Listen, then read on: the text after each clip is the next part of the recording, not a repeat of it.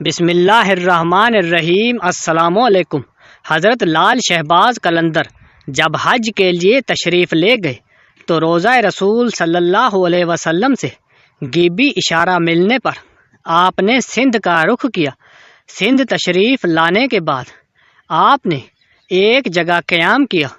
اس وقت سندھ میں ظلم و جبر اپنے عروج پر تھا اور عام تھا، کسی کی کوئی فریاد نہیں سنی جاتی۔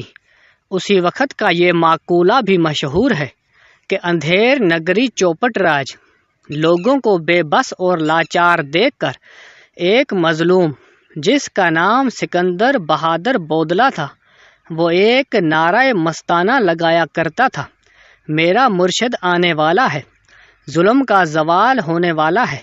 سکندر بودلہ سیوستان کی پہاڑیوں میں عبادت و ریاضت کرتے تھے۔ ایک رات سکندر بودلہ نے خواب میں آواز غیبی سنی کہ ایک مرد قلندر آنے والا ہے جو ظلم کو نور میں تبدیل کر دے گا۔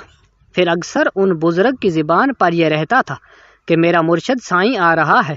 اس نعرے کو سن کر شہر کے لوگوں کے دلوں سے دعا اٹھتی کہ خدا کرے ہمارا خیر خواہ جلد آئے اور ہمیں راجا کے ظلم سے بچائے۔ بودلہ کی آواز میں ایسی کڑک تھی کہ راجا کے قلعے کی دیواروں کو چیرتی ہوئی اندر آ جاتی تھی۔ رات کے اندھیرے اور سناٹے میں یہ پرسوز آواز اہل قلعے کی نیندیں اڑا دیتی تھی۔ شروع میں تو راجا نے اور قلعے کے لوگوں نے اس آواز کو نظر انداز کر دیا تھا، لیکن جب نعروں میں شدت آ گئی تو وہ بھی بوکھلا اٹھے۔ ان زوردار نعروں نے نہ جانے کیوں راجا کو خوفزدہ کر دیا تھا۔ بالآخر راجا کے سپاہی اور اس کو گرفتار کر کے راجا کے پاس لے آئے۔ راجا کے سامنے بھی سکندر بودلہ کی زبان پر یہی الفاظ اور نعرے تھے۔ راجا غضبناک ہو گیا اور اس نے سکندر بودلہ کو قید کروا دیا، لیکن قید خانے میں بھی اس کے نعرے بند نہ ہوئے۔ راجا رات بھر اذیت کی آگ میں جلتا رہا۔ صبح ہوئی تو اس نے وزیروں کو طلب کیا۔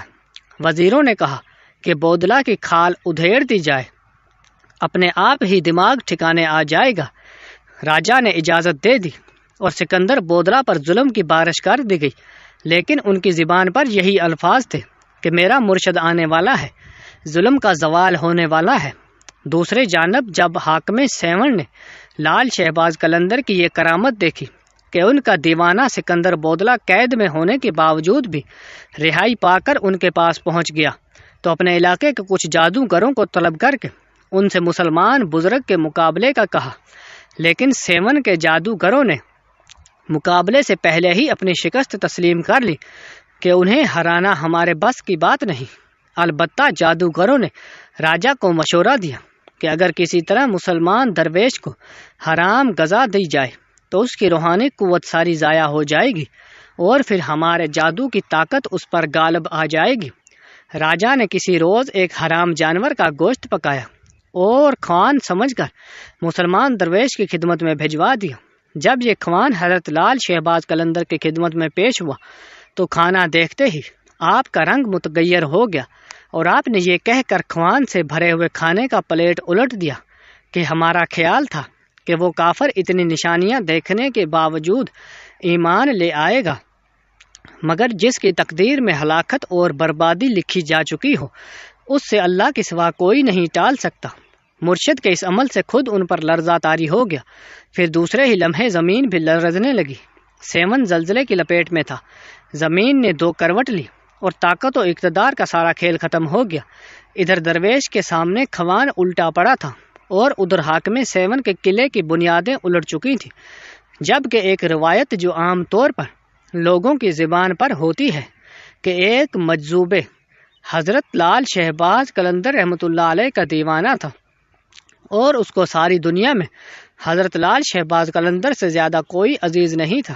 بادشاہ کو شدید غصہ آیا کہ میرے خلاف لال شہباز قلندر کے حق میں نعرے لگانے والا کون ہے؟ اس نے بودلہ کو اپنے پاس بلایا اور کہا کیا تم ہی نعرے بلند کرتے پھرتے ہو؟ راجا چوپٹ کو اس مجذوب نے جواب دیا، ہاں میں ہی نعرے لگاتا ہوں۔ یہ کہہ کر مجذوب شخص نے دوبارہ دیوانہ وار نعرے لگانا شروع کر دیے۔ راجا چوپٹ نے معلوم کیا کہ اس کا نام کیا ہے تو اس کو بتایا گیا کہ اس مجذوب شخص کا نام سکندر بودلہ ہے۔ راجہ چوپٹ نے کہا کہ قلندر کے حق میں نعرے لگانا بند کرو۔ یہ سن کر بودلہ کی آواز میں مزید شدت آ گئی اور اس کی راجہ کی بد دماغی اپنے عروج پر پہنچ گئی، اور اس نے حکم کیا کہ مجھ سے بغاوت کرنے کے جرم میں اس مجذوب کو ذبح کر کے پکایا جائے اور اس کا گوشت کھا لیا جائے۔ لیکن ان کو ذبح کرنے کے بعد ان کا گوشت کھایا جا رہا تھا کہ ادھر ادھر حضرت لال شہباز قلندر رحمۃ اللہ علیہ دھمال ڈال رہے تھے۔ حضرت لال شہباز قلندر معمول کے مطابق دھمال کے دوران بودلہ بہار کو پکار رہے تھے۔ انہوں نے جیسے ہی ان کو پکارا، مختلف روایات کے مطابق جن جن لوگوں نے سکندر بودلہ بہار کا گوشت کھایا تھا ان پر عجیب و غریب واردات گزر گئی، اور جو بوٹیاں وہ کھا چکے تھے ان کے منہوں اور معدوں سے نکل نکل کر لال شہباز قلندر کے پاس جمع ہونا شروع ہو گئی۔